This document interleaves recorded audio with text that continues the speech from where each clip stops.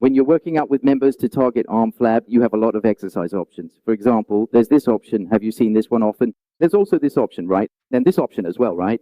Then there's this option and this one, and also the lying triceps extension, right? Many of these exercises are not friendly to the posterior mediastinum, but some can both push out the posterior mediastinum and tighten up arm flab. Also, there are some exercises that aren't suitable for studio members because the training level of female members in the studio is still a bit behind compared to women who regularly lift weights in commercial gyms. After all, the intensity is lower and they train less often, so their control is not as good. So in this situation, since their control isn't great and their foundation is weak, you shouldn't choose exercises that are too difficult for them. Since her anterior mediastinum is already compressed, you shouldn't choose exercises that compress it even further for her to do. If you don't help her recover and keep compressing it, her problems will only get worse. So first, if there are so many exercises and I ask you to eliminate one, which exercise would you remove? The one you wouldn't recommend for her. Right, triceps dips are the worst exercise, where you support yourself backwards on a bench like this. I often see friends post this exercise on social media. Many female members do it with knees bent or legs straight, simply performing the movement. This exercise can train the triceps. It's actually a very good movement for working the lateral and medial heads of the triceps. There's nothing wrong with this exercise itself, but it's not suitable for the members in our studio because most of them have a straight sternum, their scapulae are already retracted, and the lower angles of their scapulae have already moved inward. So in this position, the scapulae are completely tightened. The lower angles are fully downwardly rotated, and when you go down during this movement, the lower you go, the more your thoracic spine extends. In this situation, your posterior mediastinum gets compressed even more severely. And then as you go down, your scapulae tilt forward as well. So after you finish this movement, the lower angles of your scapulae move inward, are retracted, and also tilt forward. As a result, you'll appear to have less and less poise. Your shoulders will hunch more and more. Your heart rate will increase, and your sleep quality will get worse and worse. Even though your triceps feel really sore, this movement is not suitable because it just continues to damage what's already been compromised. Also, this movement isn't for targeting flabby arms. This exercise is done with the shoulder in a deep position, but flabby arms are mainly due to the lower part, primarily on the long head. So when you're trying to work on flabby arms, you've chosen to train the lateral head of the triceps. This movement targets the lateral head, which is this part here. So no matter how hard you train with this movement, it won't really improve your flabby arms because you're working the lateral head while the flabby part is on the inner side. Also, this movement makes your scapula even less stable. If you do this too much, when you go back to shoulder presses, you're even more likely to experience shoulder clicking. So this one is a pass. Now, if I ask you to eliminate a second exercise, which one would you remove? The second exercise to remove is the barbell behind the neck triceps extension. For example, you have her hold a barbell and perform this kind of movement. This exercise is performed with the entire spine in an extended position. Also, if you have the client sit here, tie a resistance band below, or have her sit in front of a cable machine and hold the rope to do this movement, yes, this exercise is also not suitable. This one will compress her even more. This exercise is for toning the triceps, and that's fine. You're not doing it wrong. But while it targets the triceps, the damage and harm it causes far outweigh the benefits of tightening the triceps. In other words, the drawbacks outweigh the advantages. There are many ways I can train this muscle, so why choose an exercise where damage exceeds rebuilding? You need to understand the movement and your client's condition to make the right choice. But let me add one more thing. There's nothing inherently wrong with this exercise. It's just not suitable for your client and maybe not for you either, because your extension ability is limited, and when you're stuck in that position, this exercise isn't suitable for you at the moment. Also, when it comes to similar rope pulling exercises, I don't recommend having your clients do them either. The more you pull it down, the more it extends. And this exercise isn't for targeting flabby arms either. Essentially, any exercise where your arms are pressed right against the sides of your body and you pull down like this doesn't fully stretch the long head. This movement also primarily works the lateral and medial heads, rather than focusing on the long head. All exercises targeting the long head must be performed with the shoulder in a flexed position because the long head crosses the shoulder joint and is responsible for shoulder extension. In other words, the greater the degree of shoulder flexion, the more you work the long head. You can think of it this way. Have you ever seen someone on a cable machine with their hips and knees bent and shoulders flexed at 45 degrees training like this? Let me tell you, the smaller the angle of shoulder flexion, the more the force during triceps extensions is concentrated on the lower part. For example, take lying barbell triceps extensions. Isn't that a 90-degree shoulder flexion? Right. You can think of this as the middle position, and then for behind the neck triceps extensions with 180 degrees of shoulder flexion. That's the starting position for the exercise. So these angles can't replace each other. You need to do all of them. So you need to do the 180 degree, the 90 degree, and the 60 degree angles. This way, your entire long head, whether it's the lower horseshoe shape, the middle, or for example, when you flex your arms to show your biceps, look at this arc, this throwing motion. This is the middle, or the starting position at the top, the separation. So these three angles correspond to training different parts of the long head. But you have to remember, all exercises for the long head must be done with the shoulder in a flexed position. Any movements where your arms are behind you or your shoulders are extended are for training the inner and outer heads. So if you want to improve flabby arms, you can only choose movements with the shoulder in a flexed position to target that area. If you want to work on the definition of the triceps and make the horseshoe shape look better, then you need to train the lateral head. If you just want to tighten up flabby arms, then focusing on the long head is enough.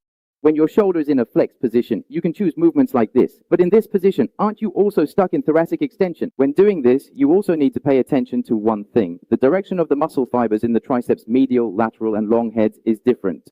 Then for the lateral head, its fibers run diagonally, so you can think of it this way. Whenever you extend in a position with internal shoulder rotation, the lateral head is under more stress. When you extend with the shoulder internally rotated, the lateral head is working more. That is to say, when I'm doing rope push downs, I can pull like this, or I can pull like this. In this way, it targets the medial head more. So you shouldn't choose an angle meant for training the long head, and then twist hard upwards after pulling down. No matter if it's the lateral, medial, or long head of the triceps, none of them have the function of shoulder internal rotation. Since it doesn't have the function of shoulder internal rotation, why would you add an internal rotation movement during the extension? So what exactly are you training? Who is actually performing this internal rotation movement? It's the teres major and the subscapularis, mainly the subscapularis. But this movement, internal rotation, isn't wrong. Extending in an internally rotated position helps the lateral head exert more force. That's why I use it.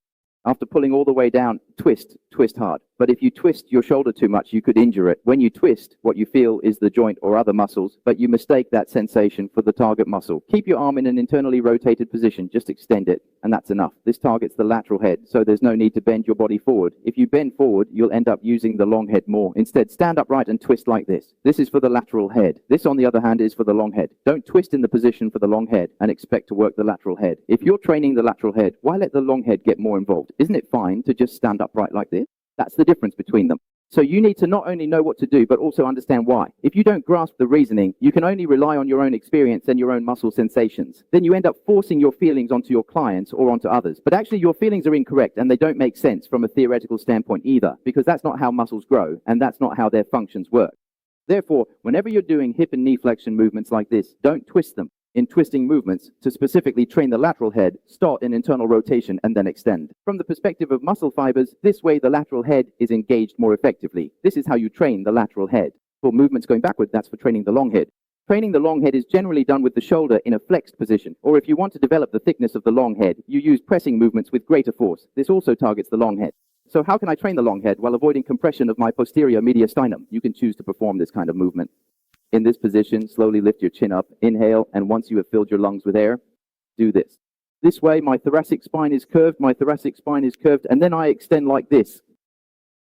Because the heavier the weight, the more I have to resist it, which means I need to flex my spine and hips, so my posterior mediastinum comes into play. So in this situation, as I pull further down, I extend my spine again, which compresses your posterior mediastinum. Do you see that? So I have to do this and that, and even more. You need to thoroughly understand these movements. You need to understand your clients, accurately assess what their current condition is, and then choose what best suits their specific physical state, while also meeting their fitness needs and personal goals without causing them any harm. And during the training process, once you've done this well, I can also help you effectively improve your original physical issues at the same time. So for women who want to tone and firm up flabby arms, you can have them do this specific type of exercise movement. There's a force pulling you this way, and you need to resist it, but keep your chin up. This way your shoulder blades remain properly stabilized in place. And when you do it, there are several directions. One is like this, and another is like this. Then you can rotate your shoulder inward and do the extension, because at this point, the coracobrachialis muscle is stretched more intensely. To put it another way, there are two distinct modes. One is like this, and the other is to clamp and hold it like this. These two are actually quite different. If I were to suggest you choose one of the two, you can pick the internal rotation position and extend like this.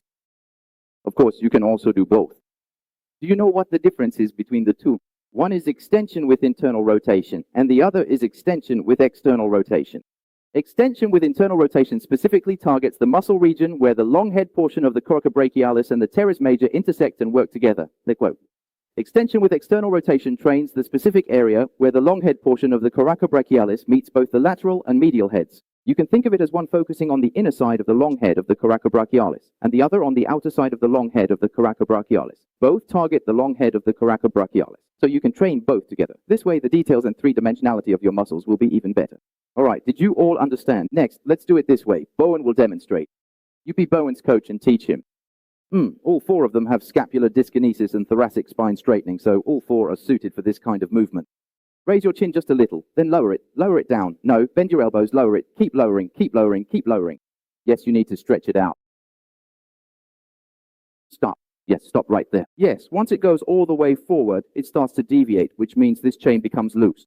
In other words, as long as the wrist is like this, the origin of the long head of the biceps brachii tightens, so the force won't travel upward. It will only reach the middle, so the dividing line above won't be very clear. A lot of people have this problem. It's normal that they can't do it well. It's inevitable, not accidental. Why is that? Look at their fingernails. Right, if I want to grip well, otherwise my money is wasted. Basically, if your nails are long and your manicure looks great, you won't be able to train well. It affects your grip. So this is about how to make a choice. There's also this kind of training like this and another kind like this, right? Do you know what this exercise is for? Right, this is for training the medial and lateral heads of the flexor digitorum muscles. Now, when doing this exercise, let me ask you, is there a difference between doing it this way and that way? All right, let me tell you. Doing it this way is mainly led by the three fingers on the outside. And when I do it like this, it's these three fingers at work. So this one targets more of the lateral head and this one targets more of the medial head. This one uses wrist extension to resist, while this one uses ulnar deviation to resist. So why isn't it the long head?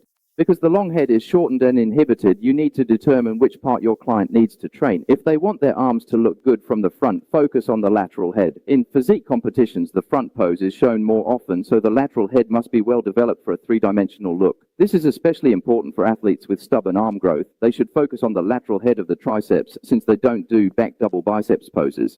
Then if you want to look good from the back, you need to train the long head. That's the difference between them. All right, for women, it's even less recommended to do assisted dip exercises because you're fully compressing. Not only are you putting pressure on the posterior mediastinum, which happens when you simply extend the spine, but you're also squeezing your shoulder blades, creating a double stimulus. So, exercises like parallel bar dips, reverse supine dips, and behind the neck parallel bar dips are all not suitable for women. Also, using a rope or resistance band, even if you're sitting on a chair with a resistance band tied behind you and pushing upward, these are also not suitable for women.